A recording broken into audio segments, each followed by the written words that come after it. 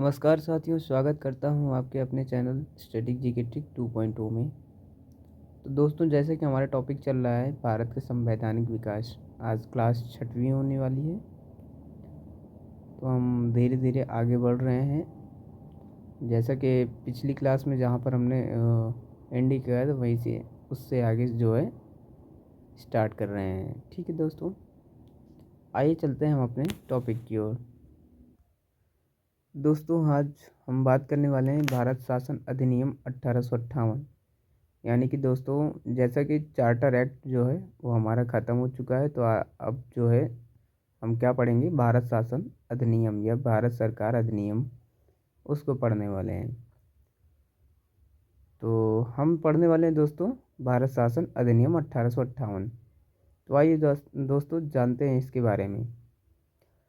तो ये कहता है कि कंपनी का शासन समाप्त होता है और ब्रिटिश ताज का शासन लागू होता है। यानी कि कंपनी जो पहले ईस्ट इंडिया कंपनी होती थी, उसका शासन ख़त्म कर दिया जाता है और यहाँ से ब्रिटिश गवर्नमेंट का शासन स्टार्ट हो जाता है, जिसे हम ब्रिटिश क्राउन का शासन कहते हैं। तो थोड़ा सा पीछे चलते हैं कि जो हमारे ईस्ट इंडिया कंपनी में जो चीज़ें हुआ करती थी, जैसे कि बोर्ड ऑफ कंट्रोल BOD यानी कि होते थे, जिसमें 24 जो है मेंबर हुआ करते थे, बाद में घटाकर 18 कर दिए गए थे वो। और BOC जो बोर्ड ऑफ काउंसलर कंट्रोलर होती थी, जिसमें 6 मेंबर होते थे और वो एक ब्रिटिश अध्यक्ष के अधीन पर चलती थी। तो ये सारी चीज़ें ख़त्म होती है दोस्तों यहाँ से, और इनकी जगह पर गृह सरकार की स्थापना की जाती है, यानी कि होम गवर्नमेंट की स्थापना की जाती है। ठीक है दोस्तों, अब गृह सरकार क्या होता है उसके बारे में हम जान लेते हैं। तो गृह सरकार ये कहती है कि भारत सचिव का पद बनाया गया, यानी कि एक भारत सचिव का पद बनाया जाता है। भारत सचिव या फिर उसे राज्य सचिव भी हम लोग कह सकते हैं इसका। ठीक है दोस्तों, इसका कार्यकाल भी बनाया गया है और ये ब्रिटिश मंत्री यानी कि कैबिनेट मंत्री का, एक ब्रिटिश सरकार की कैबिनेट मंत्री के सदस्य हुआ करता है। ठीक है दोस्तों, आगे चलते हैं। तो पहले भारत सचिव कौन बनते हैं, एडवर्ड स्टैनली बनते हैं, और दूसरे भारत सचिव कौन बनते हैं, चार्ल्स वुड बनते हैं। और इनकी 15 सदस्यों की एक परिषद बनाई जाती है और इनका जो वेतन होता है भारतीय राजस्व से जाता है। ये आगे चलकर 1919 के एक्ट में ब्रिटिश सरकार के राजस्व से जाएगा, ये भारतीय राजस्व से ख़त्म हो जाएगा। वो चीज़ आगे पढ़ते हैं। तो ये एक परिषद भारत परिषद के तहत बनाई गई है, जो इसमें कि 1935 में ये चीज़ें ख़त्म हो जाएंगी, यानी कि भारत परिषद ख़त्म हो जाएगा और 1947 में भारत सचिव पद भी ख़त्म हो जाएगा, क्योंकि इनको ब्रिटिश गवर्नमेंट से जो है पैसा देना पड़ेगा। ये सारी चीज़ें क्या करते हैं, ख़त्म कर देते हैं। तो आगे पॉइंट कहता है कि भारत का जो गवर्नर जनरल हुआ करता था, अब वो क्या हो जाएगा, वायसराय हो जाएगा। क्या, वायसराय का काम करेगा। अब वो गवर्नर जनरल को हटा दिया जाता है, क्योंकि कंपनी ही ख़त्म हो गई, तो उसका पद क्या करेगा यहाँ पर अभी। तो उसका भी मतलब कोई नहीं रह जाता है, गवर्नर जनरल को अब वायसराय कहेंगे हम लोग। ठीक है दोस्तों, तो बात होती है कि 1 नवंबर 1858 को कैनिंग ने महारानी विक्टोरिया की घोषणा पढ़ी। घोषणा क्या होती है, महारानी विक्टोरिया जो है एक घोषणा पत्र देती है और वो 1 नवंबर 1858 को कैनिंग द्वारा पढ़ा जाता है। कहाँ पढ़ा जाता है, मिंटो पार्क प्रयागराज में, जो कि यमुना नदी के किनारे है वो। अच्छा, क्या होता है कि 1856 से 1862 क्या होता है, कैनिंग का कार्यकाल चलता है, जो कि जो पहला वायसराय बनेगा वो कैनिंग बनेगा। इससे पहले किसका कार्यकाल था, 1848 से 1856 डलहौजी का कार्यकाल हुआ करता था। तो अब चलेगा 1856 से 1862, यानी कि कैनिंग का कार्यकाल चलेगा। ठीक है दोस्तों, तो जो महारानी विक्टोरिया का जो घोषणा पत्र आता है, उसे भारतीय जनता का मैग्ना कार्टा कहा जाता है। क्या कहा जाता है, भारतीय जनता का मैग्ना कार्टा। यानी मैग्ना कार्टा का मतलब क्या होता है कि एक आधिकारिक पत्र होता है, यानी।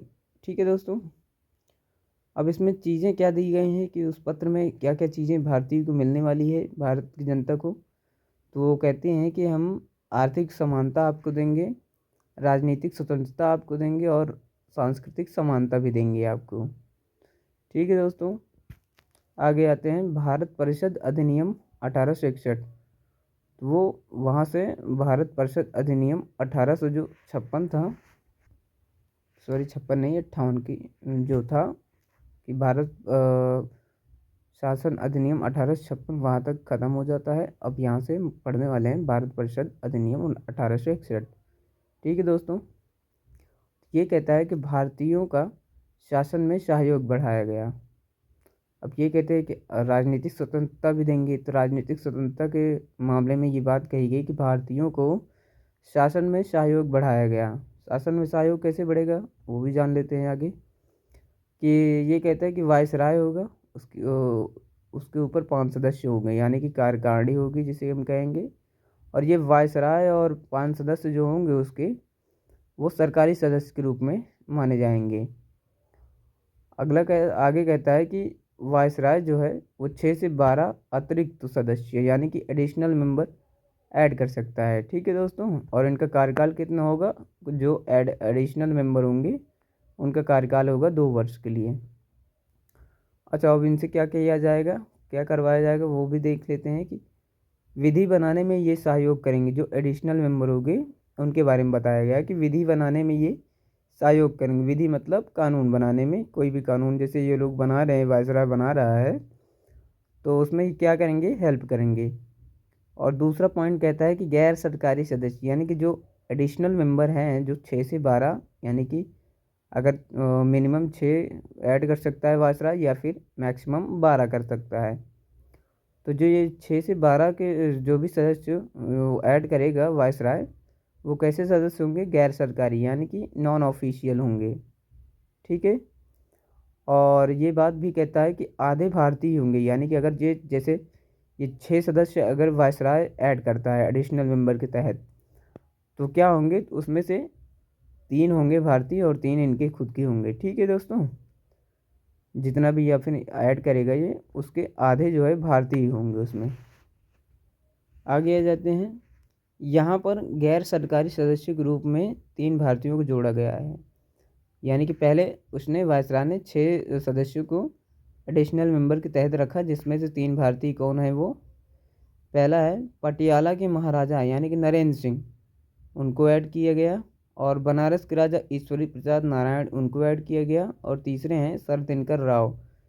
ये 3 भारतीयों को ऐड किया जाता है गैर सरकारी सदस्यों के रूप में।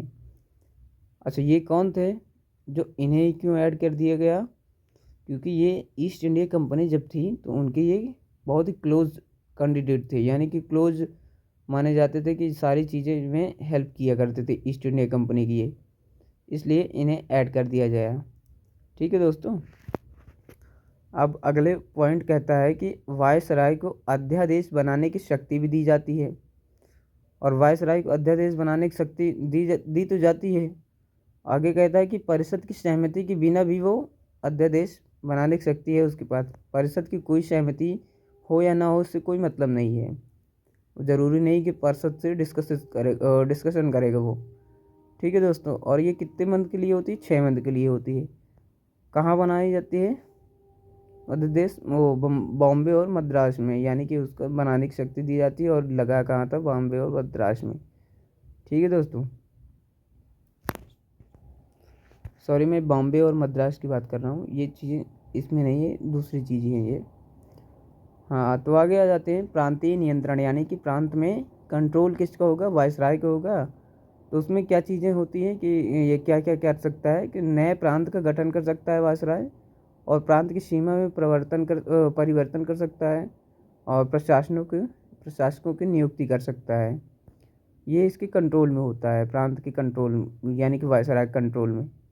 ठीक है दोस्तों, प्रांत मतलब क्या होते हैं, बॉम्बे जैसे बम्बई प्रांत होता है, मद्रास प्रांत होता है, उसके बारे में ये बताया गया है जो बॉक्स में बनाए बॉम्बे एंड मद्रास के लिए। ठीक है दोस्तों, आगे आ जाते हैं, प्रांतों को विधि बनाने की शक्ति दी जाती है। यानी कि प्रांत जो है वो कानून बना सकते हैं अपनी, और कैसे बना सकते हैं, वायसराय की सहमति पर। अगर वायसराय कहता है कि हाँ ठीक है ये कानून बन सकता है तो बनाया गया, अगर नहीं कहे कि नहीं नहीं बनाया जा सकता है तो वो नहीं बनेगा। और यहीं से विकेंद्रीकरण का आरंभ होता है। समझ रहे हैं दोस्तों। आगे आ जाते हैं और ये कहता है कि प्रांतों में विधान परिषद की स्थापना भी की जाती है यहाँ से। ठीक है, आगे आ जाते हैं। 1862 में सबसे पहले विधान परिषद का स्थापना होती है, यानी कि कहाँ पर, बंगाल में होती है। आगे आ जाते हैं। पोर्टफोलियो प्रणाली की शुरुआत कौन करता है, कैनिंग करता है, क्योंकि पहला वायसराय कौन है, कैनिंग होता है। तो पोर्टफोलियो का मतलब क्या होता है कि वो कहता है कि पोर्टफोलियो का मतलब होता है कि मंत्रालयों का बंटवारा। जैसे आज के टाइम में मंत्रालय जो दिए जाते हैं कि किसी कोई अन्य मंत्रालय कोई कुछ मंत्रालय दिया जाता है, तो उस चीज़ को क्या कहते हैं, पोर्टफोलियो कहा जाता है, यानी कि मंत्रालयों का बंटवारा। अब आगे आ जाते हैं। वायसराय और 5 सदस्य में छठवां सदस्य भी जोड़ा जाता है, जो PWD से होता है 1874 ईस्वी में।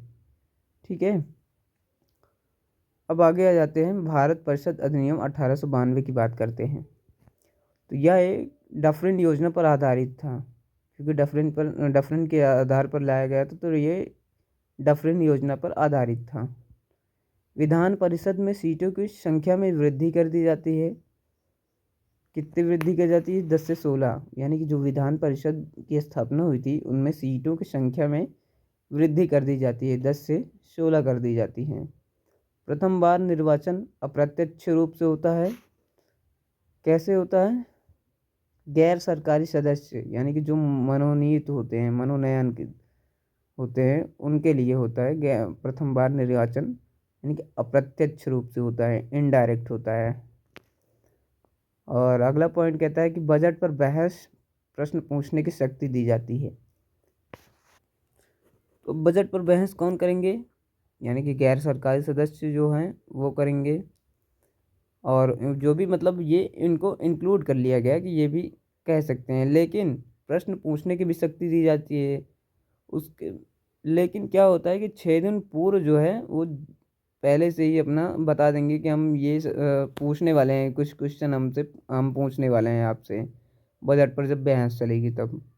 और उसके बाद भी क्या होता है कि जवाब बाध्य नहीं है, यानी कि वो चाहें तो आपके प्रश्नों का जवाब दें या फिर ना दें, उसमें कोई बाउंडेशन नहीं है, मतलब आप प्रेशर नहीं कर सकते उस पर। और दूसरी चीज़ क्या है कि अनुपूरक प्रश्न, यानी कि जैसे 1-2 प्रश्न होते हैं तो उसमें ज़रूरी नहीं कि वो एक्शन ले आपके प्रश्न में, या कुछ बहें कहें या कुछ भी ना कहें, तो उनमें आप कुछ भी नहीं कर सकते हैं। केवल आपको एक अथॉरिटी दी जाती है, यानी कि एक पावर दी जाती है कि इतना कि हाँ आप कह सकते हैं कुछ। बाकी ये नहीं कि उनके चीज़ों में आप डिस्कस करें, नहीं ये चीज़ें होनी चाहिए, तो ज़रूरी नहीं है कि आपको जवाब दें या ना दें। ठीक है दोस्तों, अनुपूरक प्रश्न क्या होता है, जैसे प्रश्न के बाद प्रश्न होता है उसे अनुपूरक प्रश्न कहते हैं। जैसे जो संसद में चीज़ें चल रही होती है कि जैसे कोई प्रश्न होता है तो उसके ठीक बाद कोई दूसरा प्रश्न हम उसी से संबंधित कर सकते हैं, तो वो चीज़ें यहाँ पर अप्लाई नहीं होती थी इनके लिए, गैर सरकारी सदस्य के लिए। ठीक है दोस्तों, जिनका मनोनयन होता था। आगे आ जाते हैं। भारत परिषद अधिनियम 1909, इसे क्या कहा जाता है, मार्ले मिंटो सुधार कहा जाता है। जिसमें मार्ले क्या होता है कि एक राज्य सचिव होता है, और मिंटो क्या होता है कि वायसराय होता है। ठीक है दोस्तों, इसमें क्या कई चीज़ें क्या कही जाती है कि इस एक्ट का उद्देश्य क्या है। तो ये इस एक्ट का उद्देश्य ये है कि हिंदू मुस्लिम के बीच एक खाई पैदा करनी है, यानी कि एक गैप पैदा करना होता है, कि ये इनको अलग करना। और दूसरा पॉइंट क्या होता है कि नरम दल और गरम दल में उनमें भी एक खाई पैदा करते हैं ये लोग, कि उनमें भी अलगाव रहे। तो इस चीज़ के लिए इस एक्ट को मेन इसका पर्पज होता है इस एक्ट का। इसमें कहा गया है कि परिषद में सदस्यों की संख्या 60 कर दी जाती है। ठीक है दोस्तों, उसके बाद कहता है कि प्रत्यक्ष निर्वाचन आरंभ, लेकिन सीमित मताधिकार। अब ये सीमित मताधिकार क्या होता है कि पहले तो ये डायरेक्ट निर्वाचन आरंभ हो जाता है, डायरेक्ट चुनाव हो जाता है आरंभ, लेकिन सीमित मताधिकार, मताधिकार कैसा, जो सीमित होता है। क्या सीमित का मतलब क्या, कैसे, जो संपत्ति के आधार पर जो टैक्स वगैरह चुकाता है केवल उसी को ही वोट देने का अधिकार होगा, तो उसे कहते हैं सीमित मताधिकार, यानी कि लिमिटेड फ्रेंचाइजी उसको बोलते हैं। ठीक है दोस्तों, आगे आ जाते हैं। पूरक प्रश्न पूछने का अधिकार भी मिल जाता है यहाँ से।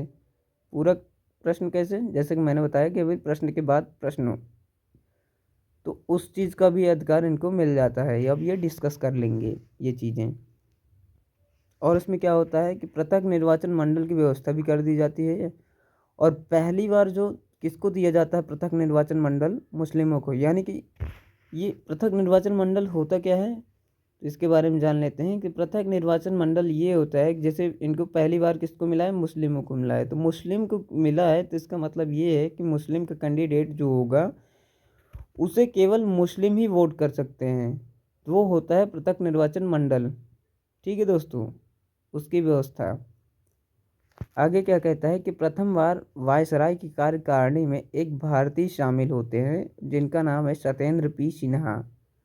सत्येंद्र पी सिंह होता है इनका नाम। ये क्या होते हैं, पहली बार वायसराय की कार्यकारिणी में एक भारतीय शामिल होते हैं।